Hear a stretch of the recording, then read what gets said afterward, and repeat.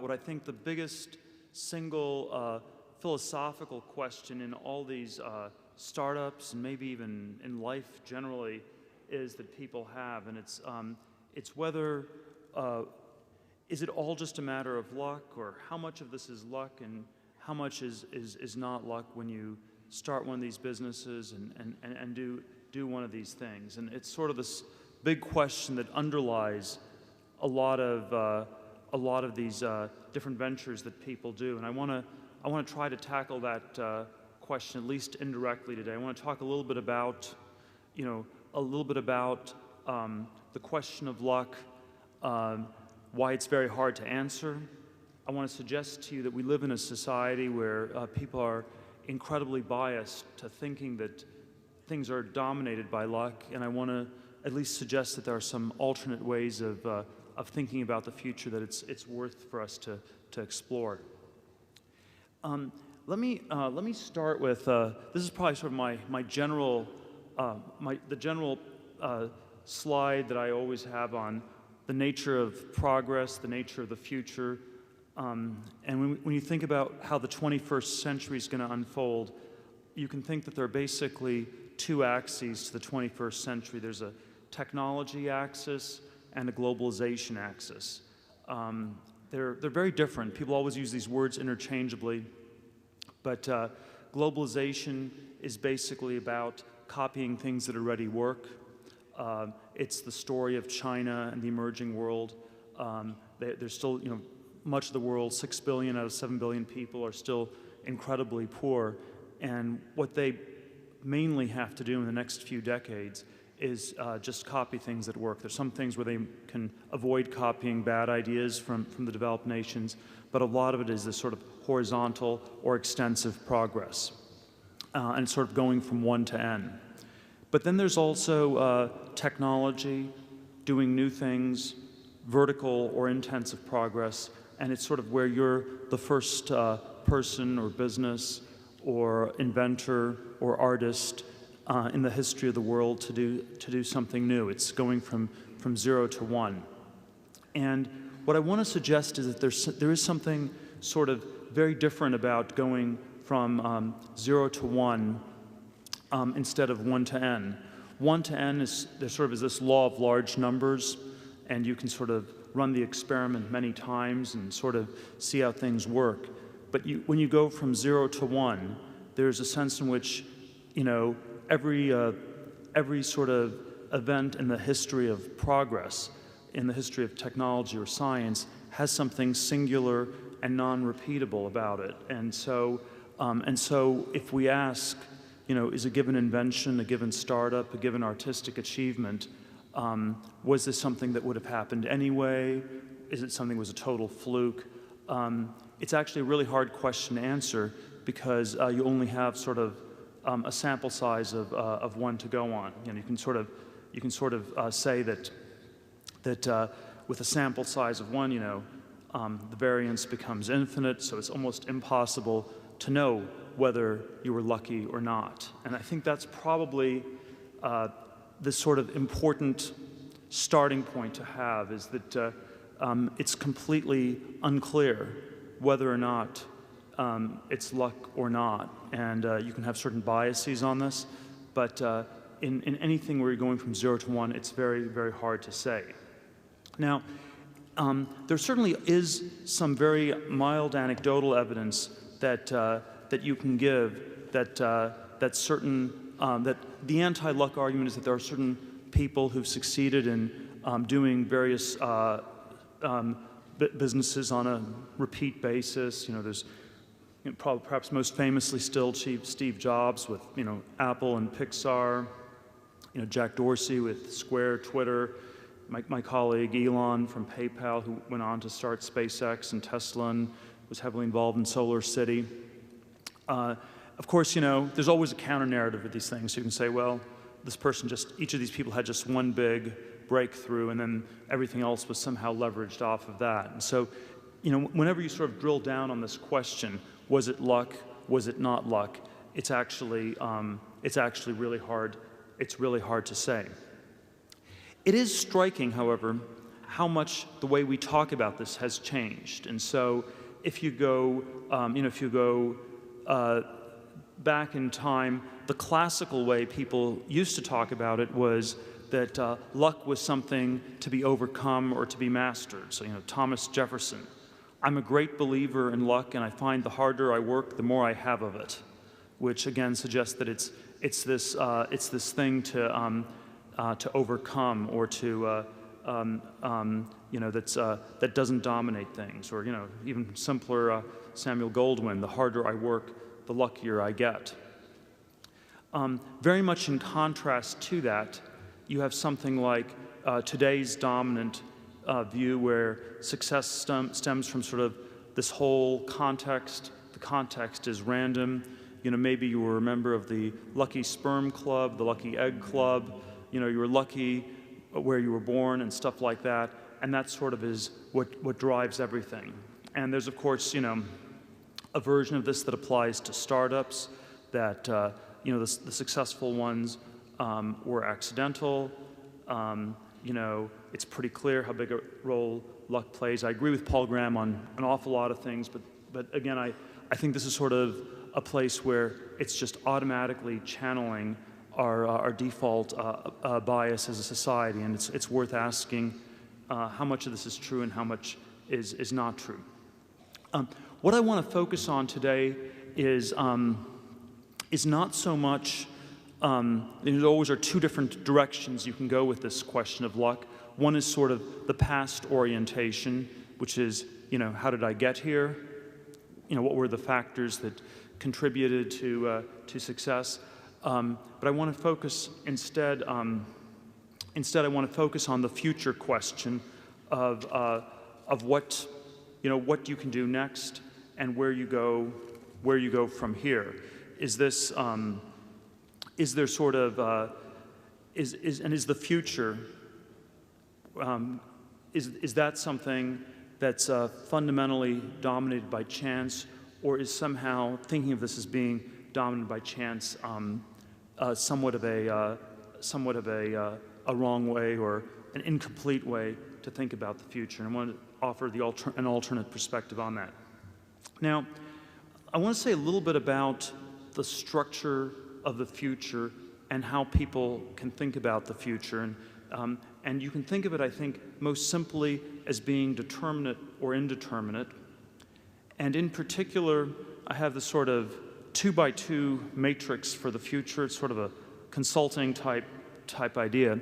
But you can basically, most simplistically, you can say that the future is either optimistic or pessimistic, and it's either determinate or indeterminate. An optimistic future is one where you believe things will be better than the present, on whatever axis defines better.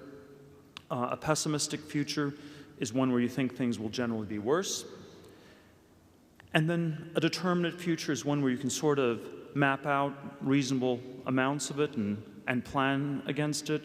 And then an indeterminate one is where you have absolutely no clue, and it's sort of just a random walk all the way. Certainly, depending on which of these quadrants you believe is basically correct about the future, it tells you it leads to some very different approaches that you would pursue in terms of how you think about your life or the kinds of things you're doing. And I want to sort of try to develop this framework a little bit more as we think about this. So, for example, most simply, a determinate versus indeterminate axis.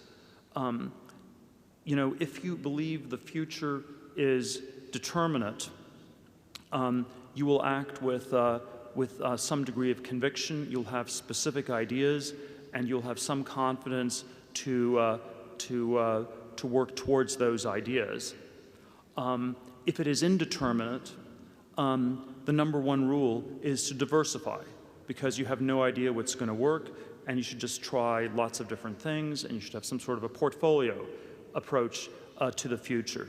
And so I think one of the things that's always very interesting when you think of this determinate versus indeterminate thing is that there are all these things that ultimately become self-fulfilling. So if you think it's determinate, and then you focus on doing one thing extremely well, that sort of leads to conviction, and then maybe that becomes self-fulfilling. If you think that it's fundamentally indeterminate, you end up with a portfolio approach, it's diversified, and it has maybe, that itself becomes self-fulfilling and becomes somewhat indeterminate, and it becomes more indeterminate in a way. There's, of course, on the optimistic versus pessimistic axis, the simple one is just, are you fundamentally afraid of it? Do you think it's fundamentally something that's going to be better? And these sorts of perspectives also lead to very different ways to act. If you want to put this in sort of a historical context, I think that I'm going to try to explain why I put these different zones in these quadrants. But I think the US in the 50s and 60s, and maybe even before then, was fundamentally optimistic and determinate. The future was clearly going to be better. People thought that every generation was going to be better off than the generation that came before. And it was, for the most part, in very specific ways. There was a determinate way in which the frontier was going to be developed. There was a way that cars would get faster, planes would get faster, rockets would get faster. There were sort of all these very specific ways that the future would get better from year to year and decade to decade. I think there's sort of a very different paradigm that the US had for a quarter century, from 1982 to 2007, where the future was going to be better. That was the official religion. It was still sort of very optimistic, but if you asked how or why, people had no good answer for it. And so it was just this mechanistic thing that would automatically get better in one form or another. And so we were sort of in this quadrant of extreme indeterminate optimism, I would say, for about a quarter of a century, from the period of 82 to 2007. Indeterminate pessimism is probably what characterizes most of the rest of the developed world. I would say Japan's been in this zone for the last 20 years. People have a sense the future is going to be not that great, maybe a little bit worse, and nobody has an idea of what to do. And I think sort of Europe has weirdly drifted into this indeterminate, pessimistic quadrant as well, where people think the future's worse, but nobody has any idea what to do. You can sort of argue where you put China on this. Some people would put it in the determinate, optimistic quadrant.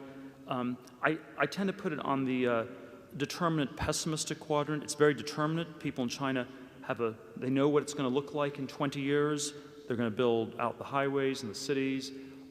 And for the most part, I think it is going to be a somewhat poorer version of the developed world. People will get old before they get rich. There's a very specific way to track against that.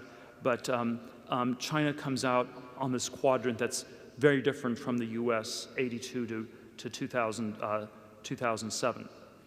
If you think of these quadrants in terms of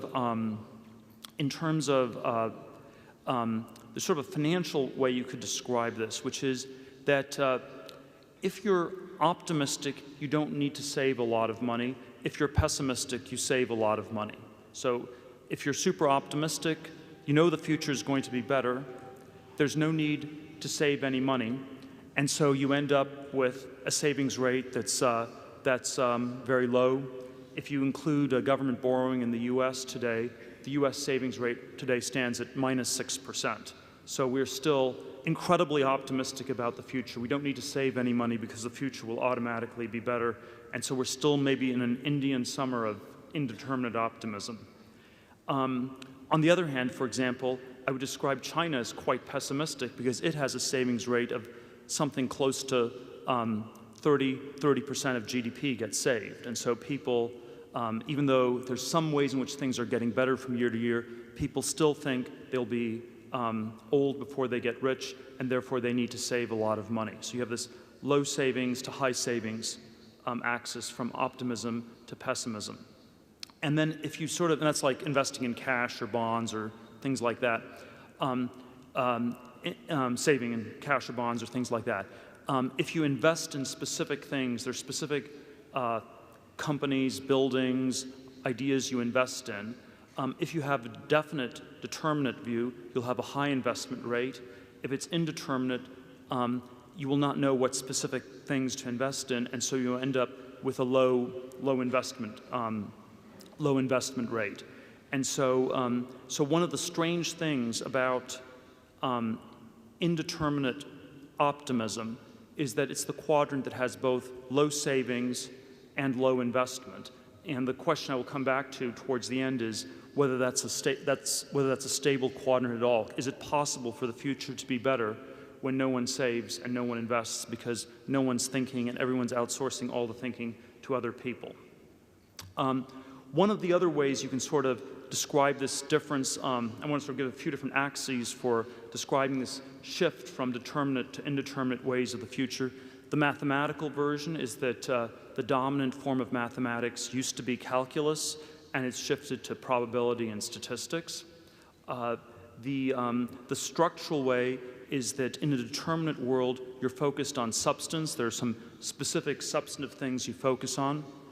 In an indeterminate world, all that you end up focusing on are processes. And so what people talk about in our world is, what's the process for doing something much more than what is the specific thing you're trying to do. To talk about specific things is too definite, and that seems too weirdly wrong. In practice, you can sort of think of these very different types of quadrants that dominate.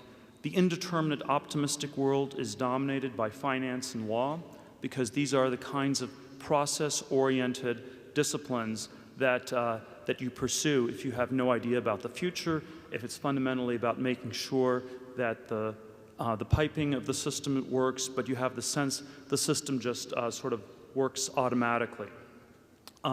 In a determinate optimistic world, that's probably a world in which there's much more room for engineering, art, very specific things. It's people who have ideas about the future that are radically different from the present. It's people who have dreams about the future that nobody else shares, and that they're willing to work towards, and where the dreams of a substantively different and radically better world are not subsumed towards some sort of random process. Determinate pessimistic would be wartime rationing. Indeterminate pessimistic, all you end up doing is buying insurance. I've spoken in some context about there being a bubble in education, and I think you can think of the education bubble as a form of indeterminate pessimism, where people are, they don't really know what the education's for, but it's fundamentally acts as an insurance policy to avoid falling through the larger and larger cracks in our society. And so anyway, you can sort of think about these different quadrants, and depending on which one dominates, there's sort of very different kinds of industries that end up dominating.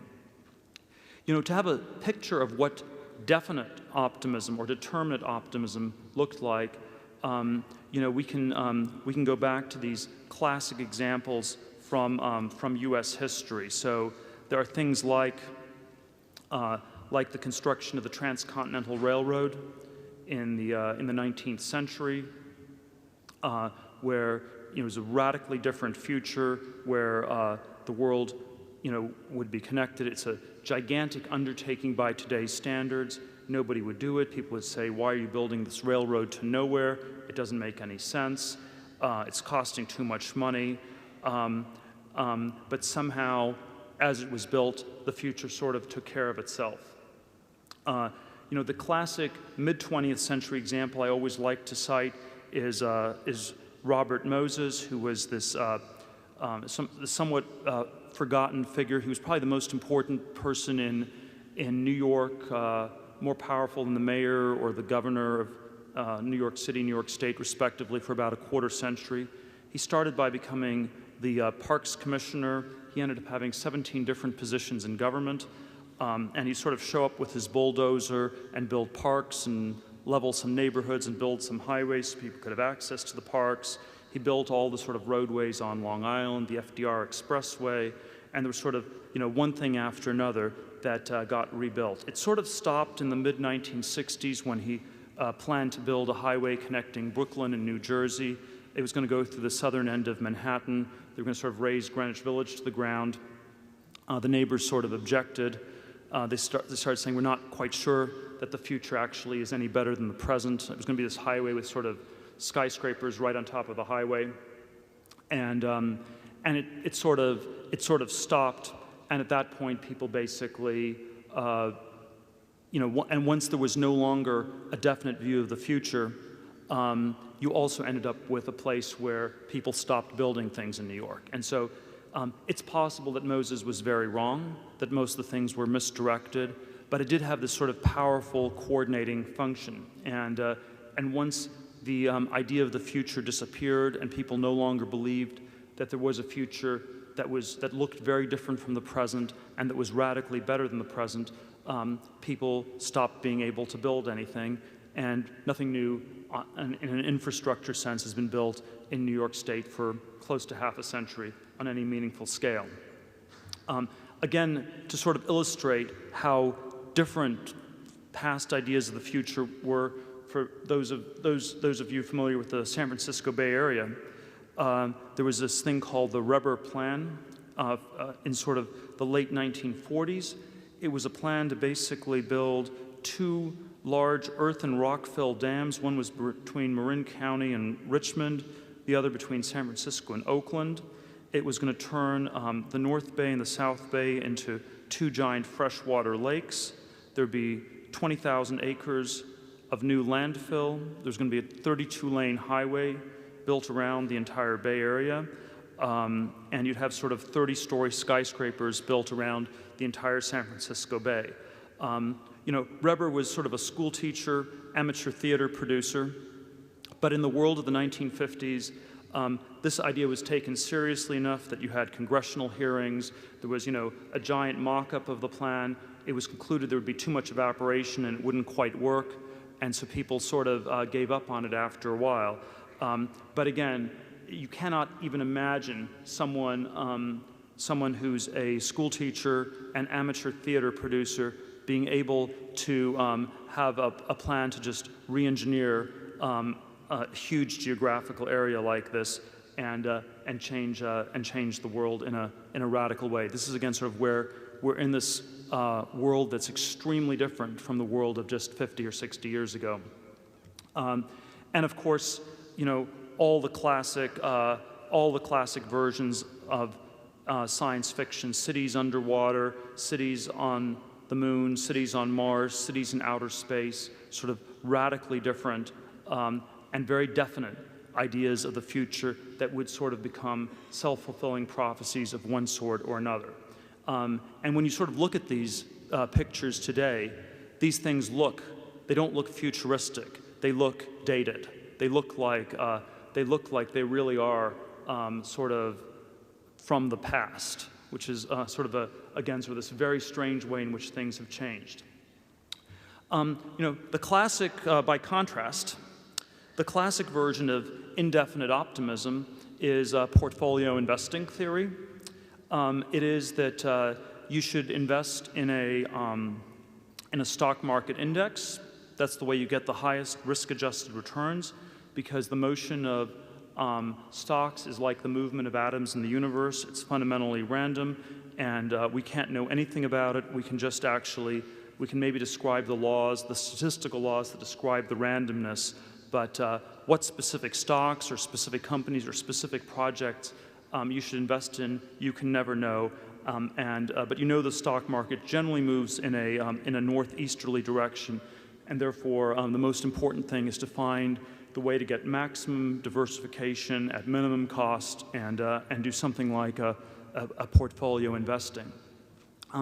In this shift, one of the strange things that happens in this shift from definite to indefinite views of the future is that there is this shift from engineering to finance, and one of the things that happens is that money somehow becomes much more important. And sort of the soundbite version of this is, in a definite world, money is a means to an end because there are specific things you want to do with money. In an indefinite world, you have no idea what to do with money, and so money simply becomes an end in itself, which seems always a little bit perverse. You just accumulate money, and you have no idea what to do with it. That seems sort of like a bit of a crazy thing to do, but I think that's actually what happens a great deal. And so to illustrate one way that this flow might happen, if you start a successful business, you sell the company or you sell shares to investors in an IPO, you make some money. Question, what do you do with the money? You have no idea because nobody knows what to do with anything.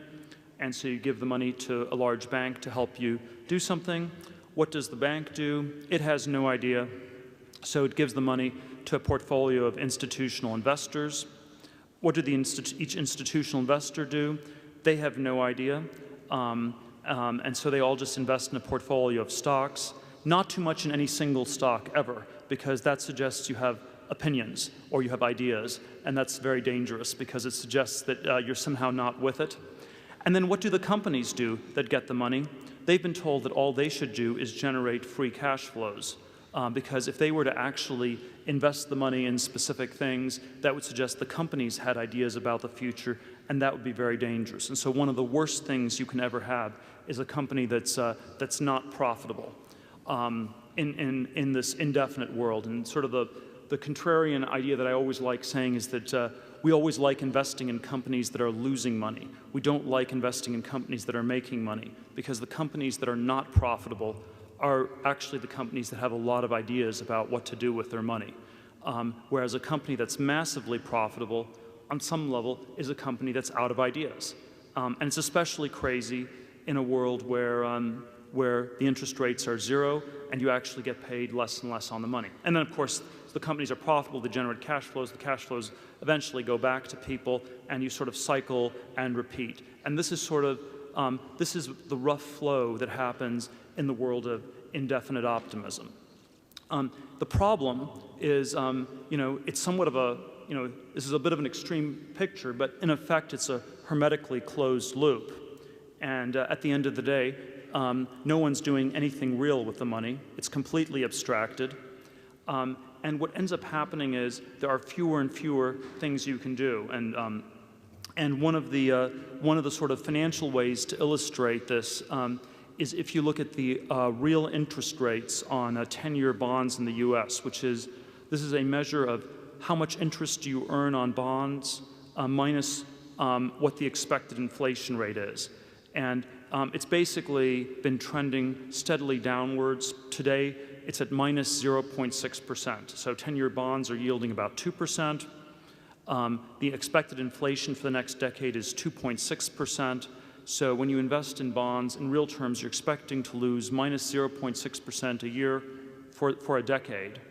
And this shouldn't even be surprising, because there's no one in the system who has any idea what to do with the money. This has been sort of a consistent critique of the huge deficits the U.S. is running. People constantly are saying, there's a point where the bond market is going to blow up and the interest rates will go higher. And one of the really big mysteries is that this has not happened for year after year. And I think the fundamental reason this has not happened is that people actually have no idea what to do with the money. The last big idea people had on what to do with money that was not sort of circular was to buy houses and to invest in housing. And that was sort of the idea of the last decade. That idea has gone out of fashion. Now that people no longer want to buy houses, they have absolutely no ideas what to do with money. The interest rates, the real interest rates, are going steadily more negative.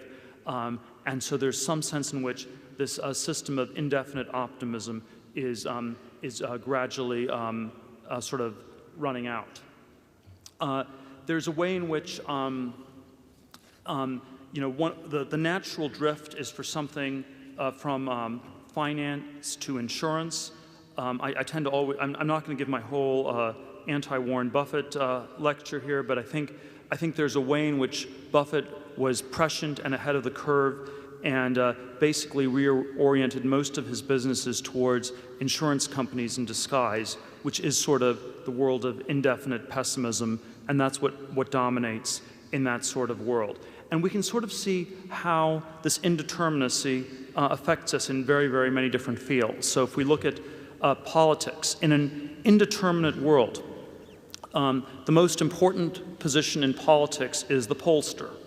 And what do you do in politics? Nobody has a clue, but what you do is you take a poll, and the polls tell you what to do. They don't really tell you anything on a long-term basis, but they sort of tell you incrementally what you do at any given time. And as we've tracked towards this more and more indeterminate world, there's a way in which poll taking has become more and more dominant. And so the way we talk about political campaigns and elections is sort of how are people doing in the polls, much more than what ideas they're talking. It's sort of, if Martin Luther King were here and said, I have a dream about a future that's really different, the question would be, how does that poll? It would never, and that's sort of the way we avoid this. There obviously are cases where this goes very badly wrong. My sort of exhibit A, and my apology to all the Sarah Palin fans in the audience here, but people always say it's this incredible mystery why McCain picked Palin in 2008. I think it's not a mystery at all. The basic heuristic was that you looked at all the Republican senators and governors. In 2008, Republicans weren't very popular. They were mostly running around 40% in the polls. Palin was at 85% in Alaska because when oil was $140 a barrel, Alaska was like Kuwait. Everybody was getting huge checks from the government of the state of Alaska. She was polling extremely well. And so there was no question that you would go with the person who polled the highest. And so you went with Palin, even though perhaps it couldn't scale to the U.S. as a whole because the U.S. was not producing way more oil than it was consuming.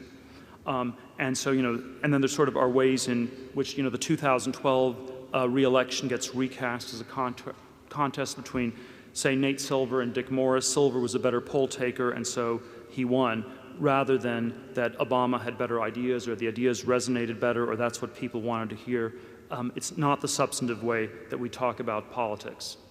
To talk about government more generally, even though government spending is still about the same as it has been for the last 50 or 60 years as a percent of GDP, more and more of it is shifted towards transfer payments, which are, of course, a way of saying that the government has no ideas on what to do with the money. It simply moves it to other people, and it's assumed that the people have ideas, but you don't have specific ideas of what to do. There's a way in which you can see indeterminacy in literature, and sort of if you sort of take some classic science fiction, the 1960s Space Odyssey classic. The text was updated automatically every hour. One could spend an entire lifetime doing nothing but absorbing the ever-changing flow of information from the news satellite. So a specific, definite view of a radically different future, which maps reasonably closely to today's internet. Neuromancer, 1984. The sky above the port was the color of television tuned to a dead channel. Future is fundamentally static. If you think of it in terms of philosophy, there sort of are different ways to map these quadrants, but I would say the optimistic indeterminate quadrant is fundamentally the quadrant of someone like Rawls or Nozick. People normally think of them as opposites, but they're really both in the same category. Nozick, it's sort of the libertarian version. You have no idea what to do, and therefore the individual is paramount. Rawls, you're in a veil of ignorance. You have no idea what society you will be born in, and therefore social democracy is paramount. You get to very different ideas, but they both take their starting point from sort of complete indeterminacy about the state of the world.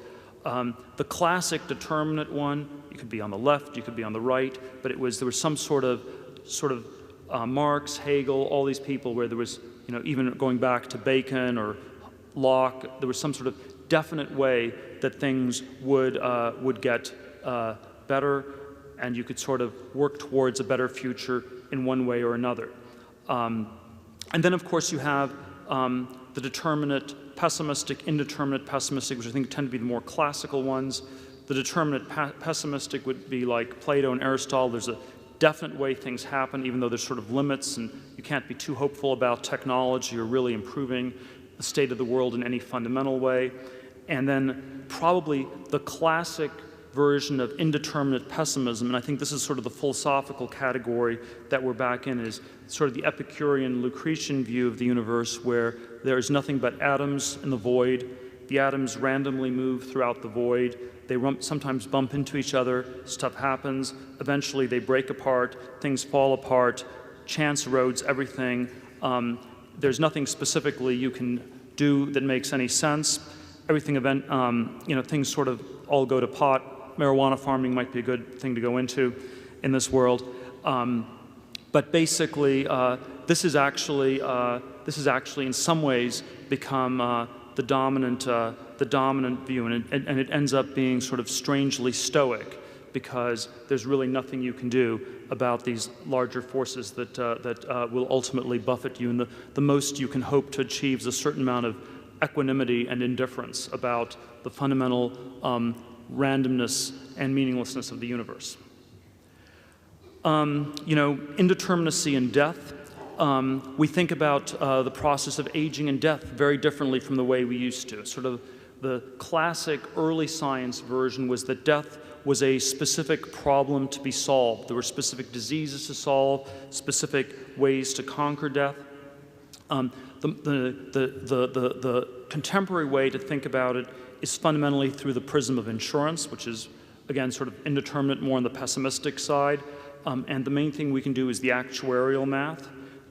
What is the probability that you are going to die in a given year if you are that old? So if you're 30 years old, you have about a 1 in 1,000 chance of dying in the next year. If you're 80 years old, you have a 1 in 10 chance of dying in the next year. And all we can do is sort of describe these probabilities. And I'm not saying that, by the way, that this probabilistic view has nothing to it. I just want to sort of illustrate how it sort of dominates our thinking. And so instead of trying to find a cure for death or a solution to the problem of aging, the best we can hope to do is figure out better ways to calculate the probabilities, better ways to sell people various life insurance policies, and thereby suggest the sort of pseudo-mastery of a process that's fundamentally random and indeterminate. Of course, the basic problem is that eventually the luck runs out. Oops. Let me see how this works. We lived in Temple, Texas for many years. Raised a family there in Temple. We come out here about 4 years ago. You're very into it. That's the way you put it. I don't have some way to put it. That's the way it is.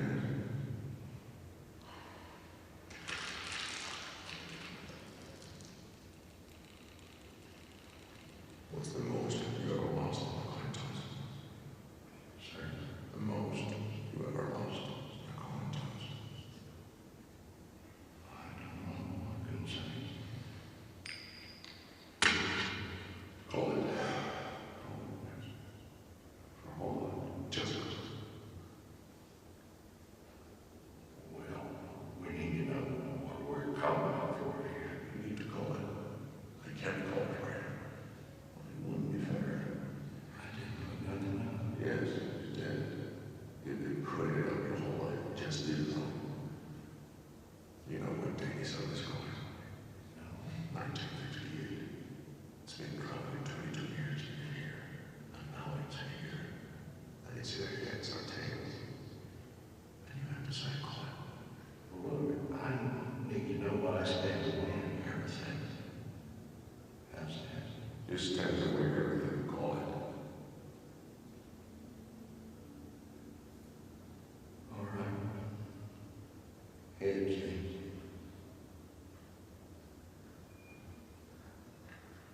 Well, don't put it in your pocket, son. Don't put it in your pocket, it's your order. Where do you want me to put it? Anywhere not in your pocket. One of them makes things the other, so if you come with just a coin. Which is it?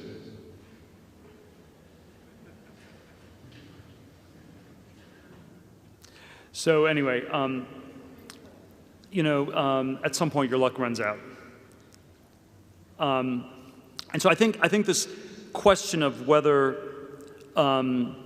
indeterminate optimism is possible in the long run is this core question, and is something like this frame that we've had, where it's just one coin toss after another, and you're probably not going to die in the next hour or the next 6 months. You'll probably be lucky; it'll probably land heads for the time being.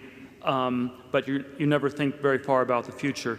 Is that actually an ultimately stable quadrant or not? And so, if you want to sort of frame this as a general question, you could say, could an iterative process lead, if not to the best of all possible worlds, at least to a world where there's a path of monotonic and potentially never-ending improvement? That's sort of the core idea of this world of indeterminate or indefinite optimism. The paradigmatic pro-indeterminate optimist example is Darwin and Darwin's theory of evolution, where you basically over billions of years develop this proliferation of different life forms, and that's sort of that's the paradigmatic example that we apply to all these different fields, and we think that things like that work. Now, I do think there are some paradigmatic counterexamples.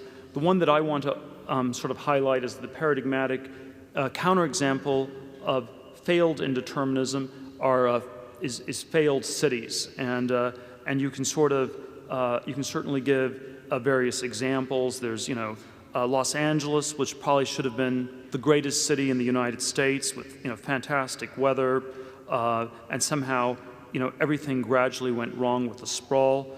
LA is still one of the better places in the world. There's the example of Sao Paulo. I was there for a day about a year ago. It's about a 12-mile drive from the main downtown area to the airport.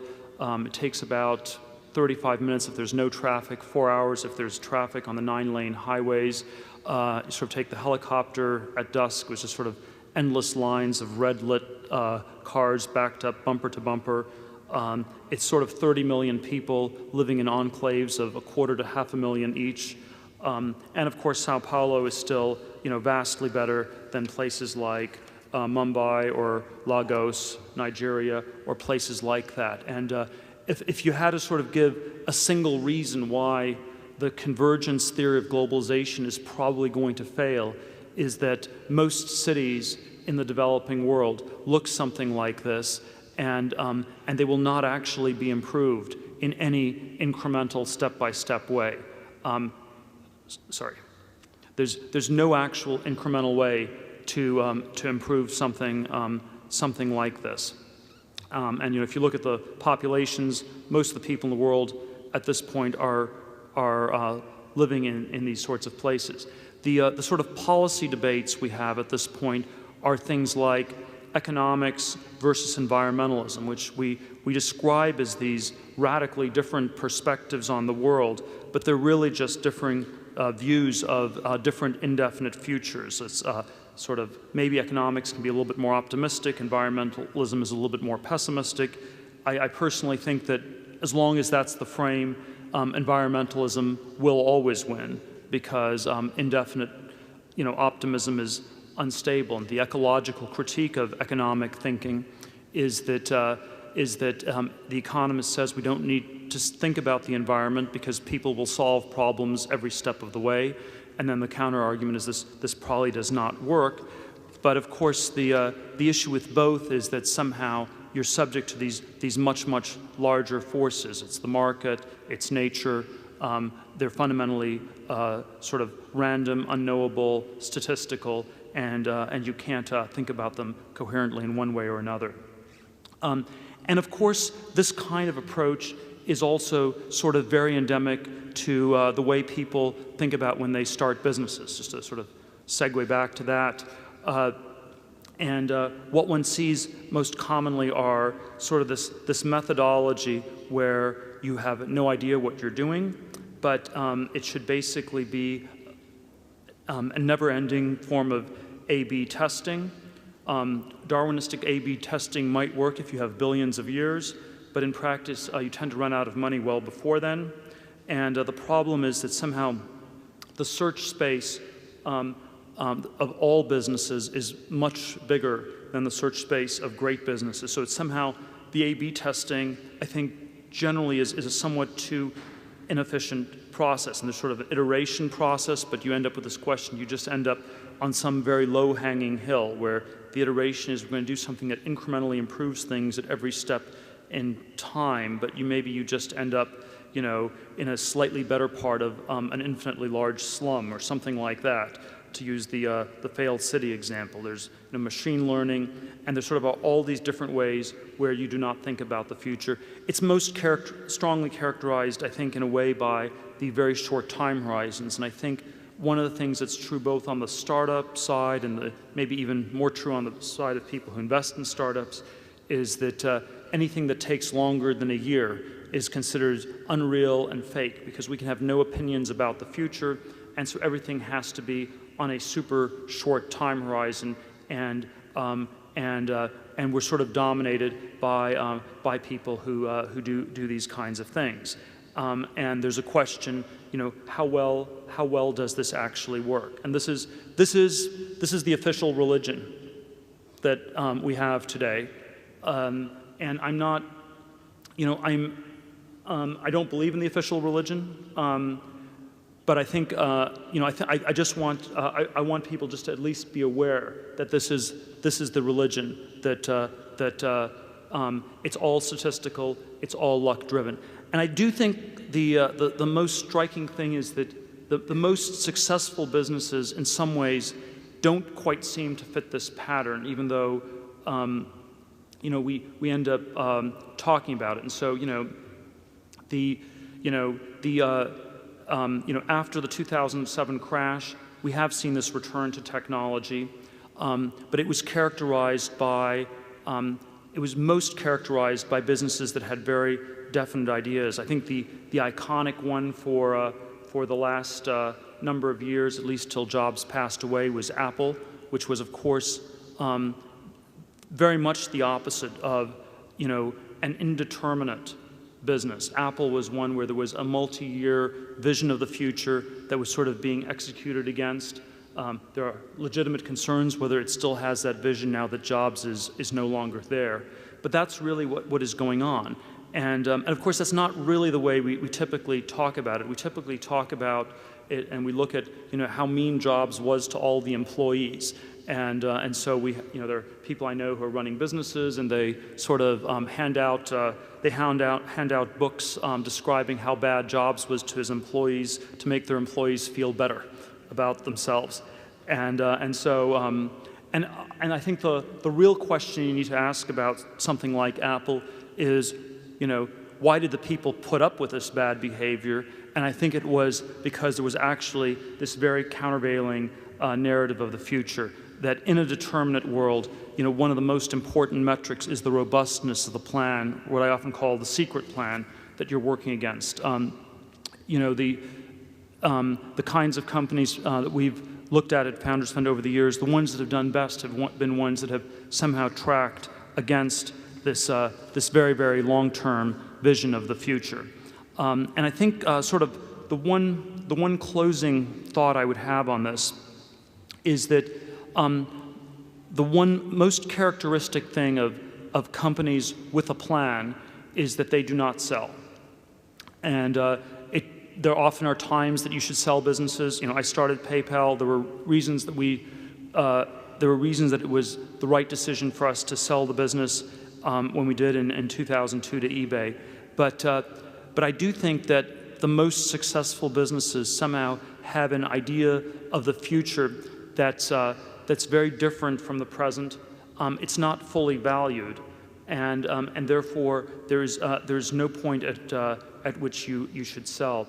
I've told this anecdote before, but the most important moment in my mind in the history of Facebook occurred in July of 2006. The company had been around for about 2 years. At the time, it was still just a college site. There were maybe 8 or 9 million people on the site. The revenues were, I think, tracking to about 30 million, no profits. And we received an acquisition offer from Yahoo for $1 billion. And so we had the board meeting on Monday morning in July 2006. There were 3 of us on the board: Zuckerberg, myself, Jim Breyer, and full disclosure, I think that both Breyer and myself, on balance, thought we probably should take the money and run. But Zuckerberg started the meeting, and first thing he said was, It's kind of a formality. We have to have a quick board meeting. It shouldn't take more than 10 minutes. You know, we're obviously not going to sell here. And then we said, well, you know, we should actually talk about this a little bit more. You know, $1 billion is a lot of money. And we, in some ways, rehashed the entire discussion we had today here. It was sort of like, you know, you own like 25% of the company. There's so much you could do with all the money you'd make. Well, I don't really know what I'd do with the money. You know, I'd just start another social networking site. But I kind of like the one I already have, so why should I sell? And it was in some ways sort of an encapsulation of this entire discussion. And of course, you know, we never sort of, you know, the immediate aftermath was that there was, you know, an almost, you know, infinite number of, not infinite, but there was sort of a large number of, you know, sort of stories about how, you know, how in the world could you have a CEO who was so crazy that he wouldn't sell the company, who didn't know that you should take $1 billion. This is what you got when you had someone who was 22 years old, when you didn't have any adults in the company. You know, it probably, you know, it was just the worst decision anybody had ever made. The best ration, you know, I was a little bit worried about it. We had our, you know, the sort of Founders Fund ideology we had was that we should always back the CEO, we should always back the founder, and so, you know, we just went with that as a framework. But I think sort of the one partial rationalization I was able to come up with for not taking the money was that I looked at the history, and Yahoo had, there had been 2 other companies where they'd offered $1 billion that had been turned down. It was eBay and Google. And so I concluded that at least you could actually make a pseudo-scientific argument that every case where someone had been offered $1 billion and had rejected it, it had been the correct thing to do. But I do think this is, but the argument that Zuckerberg finally came down on was that there were all these new things that we were going to build at Facebook, and it was clear that Yahoo wasn't valuing any of the products that had not yet been released, and he wanted to have a chance to build those products. And since he was pretty confident that Yahoo had, and I don't want to, this is not an anti-Yahoo thing, this is, I think would be true of almost all these companies, that they had no definite idea about the future and therefore did not properly value things that did not yet exist. They were therefore undervaluing the business. And I think this is sort of the challenge all of us have, is to work towards a future that's not just static, like a dead channel on television, but that's a definite future, and that is a radically better future that can motivate and coordinate and inspire a number of people to change the world and to go to a world where luck is something for us to overcome and to deal with as we go along the way, but not for something that becomes this absolute dominating force that stops all thought before it even starts. Thank you very much, and I'm not going to say best of luck. Thank you.